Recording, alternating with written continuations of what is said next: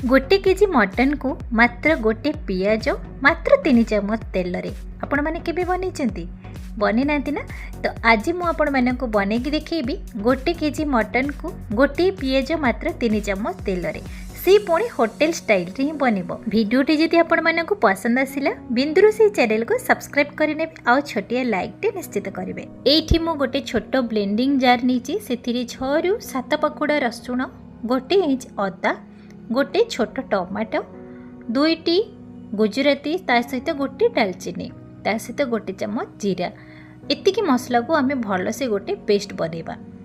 एठी हमर मसला पेस्ट बनिगला तो एबे मसला पेस्ट को साइड रे रखिबा।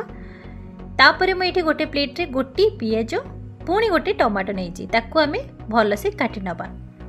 तापरे एठी आमे आलू जम्मा यूज करबानी तो एठी मु नैची अमृत भंडा तो भंडा को आमे भल से धोई चोपा छोड़ी काटी नेले। एबे गोटे पैन नबा सेथिरे 3 चम्मच सोरिष तेल नैची एथिरे अल्प किछि जीरा आउ तेजपत्र तापरे आमे गोटे पियाज जो काटी थिले सेई गोटे पियाज को आमे भल से टिके गोल्डन कलर हैला पर्यंत ताकू आमे भाजिबा। तो आपण माने एठी देखुथिबे गोटे केजी मटन रे मात्र गोटे पियाज। तापरे मु एठी गोटे चम्मच हल्दी गुंड हाफ चम्मच लंका गुंड जेहेतु ये लंका गुंड राग अछि तो सेति पे मु लंका कम नेछि आपण बेसी कम मध्य करि परिबे। भल से मिक्स कर सारा परे जो गोटे टमाटो को आम काटी तो टमाटो को ये ऐड करवा। टमाटो को भल से मिक्स करवा टमाटो टिके सिझिया छाड़वा। टमाटो सिझी आसिले आमे से जो बाटिकी रखि मसला से मसला को आम ये ऐड करवा।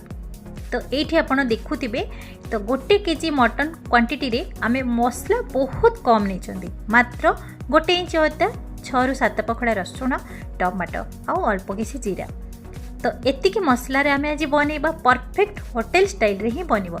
एठी देखंतु मसला मिनिमम 2 रु 3 मिनिट आकु कसिबे। कसिला पर एठी देखंतु एक्स्ट्रा तेल किछि भी एठी नाही मात्र 3 चम्मच तेल रे जेहेतु आमे बनउचंदी तो ये मसला रू आपण मैंने देखि पारुथिबे किछि भी तेल नाही। तो एठी आमे मसला किछि ऐड करिबा गोटे चम्मच लूण गोटे चम्मच धनिया गुंड गोटे चम्मच गरम मसला गोटे चम्मच मीट मसला। तो ये मसला सहित आमे आउ थरे मसला को 2 मिनिट पर्यंत कसी नबा। तो परफेक्ट हमर मसला कसी ही गलानी देखंतु। एपटे मो एठी गोटे केजी मटन को भल से धोई परिष्कार करी सेथिरे गोटे चम्मच लूण गोटे चम्मच हल्दी गुंड गोटे चम्मच सोरिष तेल देकी आमे ताकू भल से गोले की 10 रु 15 मिनिट मुझे रखी देथिली। तो ये मटन को वर्तमान ये मसला रे ऐड करबा। एठी आमे मटन को 5 मिनिट पर्यंत लगातार आमे ताकू कसीबा। गैस रो फ्लेम को मीडियम रे रखिबे। तो एठी मटन रो जेतिकी एक्स्ट्रा पानी थिला तो भल से सुखी जिवो आउ मटन टी बढ़िया से कसी ही जिवो। एठी देखि पारुथिबे आपण एक्स्ट्रा तेल किछि भी देखा जाउनी काहेकि ना जोठी अधिक तेल मसला यूज होते तो मसला कसी सारा परे तार एक्स्ट्रा तेल गुड़ाक बाहरी आसी थाए।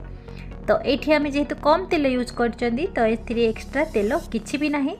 तो ए स्टेज रे आमे कोन करिबा ना एबे आमे पानी ऐड करिबा जोटा कि ग्रेवी पाई। तो मु एठी पतला ग्रेवी रखिबी जोति पई कि मु एठी गरम पानी नेछि आपने ठंडा पानी बिल्कुल भी नेबेनी। ठंडा पानी ऐड कले एमिति तो ग्रेवी रो टेस्ट भी टिके अलग आसे ता सहित कुकिंग प्रोसेसटा स्लो हो जाए जोति पई कि हमको ग्रेवी फुटिया पई टाइम लगे। तो एठी हमरो ग्रेवी भल से फुटी आसलानी। तो एठी देखंतु आमे जो अमृत भंडा काटिकी रखिथिले आमे से अमृत भंडा को एठी ऐड करबा। भल से मिक्स करबा आ टिके फुटिया पई छाड़ीबा। एथिरे आपण बिल्कुल भी आलू ऐड करेंगे जो मैंने आलू पसंद करुँच ऐड करूँ जेहेतु आजिकल डायबिटीज तो बहुत माने हेल्थ कॉन्शियस हो गलानी तो से आलू को अवॉइड करूँ। तो मुझे 10 मिनिट पर्यंत मटन को सिझापी छाड़ी।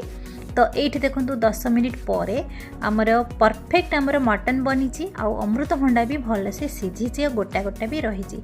जदि आप प्रेशर कुकर में बन था तो अमृत भंडाटी भल से सिझी जाता आउ घांटी हो जाता। एमिति भी कढ़ई रे बनातु देखिए अमृत भंडा से ऐड करेंगे मटन जल्दी भी सिझिबो आउ मटन रो टेस्ट को बहुत ही बढ़िया आसीबो। कहीं अमृत भंडा सहित मटन मो छुआ बेले खाई बहुत ही बढ़िया लगे। आलू को अवॉइड करके अमृत भंडारे बनातु देखिए बहुत ही टेस्टी बनिबो। तो ये मटन सिझी कि नहीं आम चेक करवा। जदि मटन सिझी नथिबो आउ 2 मिनिट पर्यंत आपण ताको सिझिया छाड़िबे। ये आम गोटे चम्मच गरम मसला ऐड करवा आउ अल्प किछि धनिया पत्र ऐड करवा। भल से मिक्स करके गोटे मिनिट टिके फुटई नबा। फुटई सारा पर गैस रो फ्लेम को बंद करदबा। तापरे गरम गरम आपण सर्व करेंगे आउ मटन को एंजॉय करेंगे। ये जो मटन अल्प तेल मसला केते सुंदर बनीगला। मात्र 3 चमच तेल गोटे पियाज। आपण मैंने तो वीडियो रे निश्चित भाव में देखिथे। ग्रेवीटी देखो बहुत पतला अच्छी। जे जो मानकर ग्रेवी पतला भल लगुच आप पतला रखिपारे। जदि आप मोटा रखा चाहते मोटा रखिपारे। आउ जो मैंने कषा खाइबा पसंद कर कषा भी बनी पारे। किंतु तेल मसला को आपण मैंने अवॉइड करंतु कहीं अधिक तेल मसला जे बहुत टेस्टी बने ता नुहे। अल्प तेल मसला भी आपण चाहिए बहुत ही टेस्टी बन पारे। ये आप देखिपे तार कलर केमती मटन केते सुंदर भाव में देखा जाउची परफेक्ट होटल स्टाइल रे।